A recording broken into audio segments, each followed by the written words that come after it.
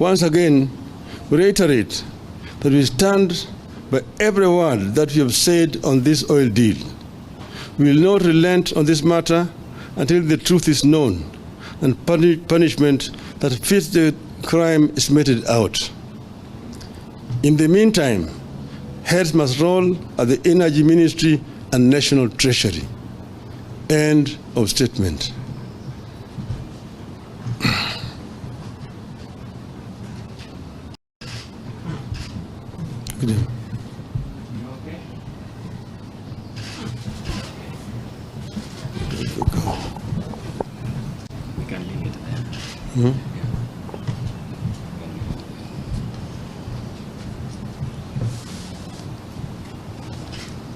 There's a pressing issue?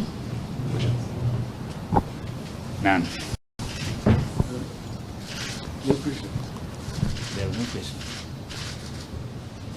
Satisfied. Leto nchini itachangia kupunguza kwa bei ya mafuta. Kwa upande wako una matumaini kwamba bei hiyo itashushwa chini? Kisha cha pili, Rais pia amesema kwamba kama kuna ithibati kuhusiana na madai ambayo kwa sasa unaibua, weke wazi. Asante. Rais aliongea jana juu ya bei ya mafuta, lakini sisi tunaongea juu ya mafuta ambayo tayari iko hapa. Yeye mwenyewe anajua ati matangi zimejaa na mafuta kwa sababu Uganda imekataa kuchukua hiyo mafuta kwa sababu bei yake iko juu. Sasa hiyo mafuta ambayo nasema ni tayari iko hapa, tunasema bei itashuka chini. Sababu gani bei hiyo haishuki chini wakati huu?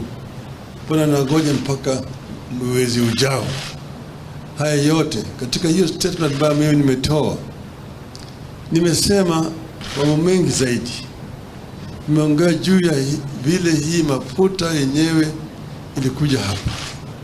Kwanza walisema, na hata yeye jana alikariri, ati hii ni serikali na serikali, yani G ni government to government.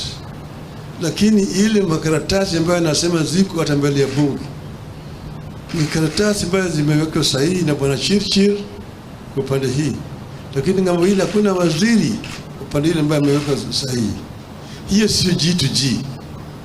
G to G must be government to government.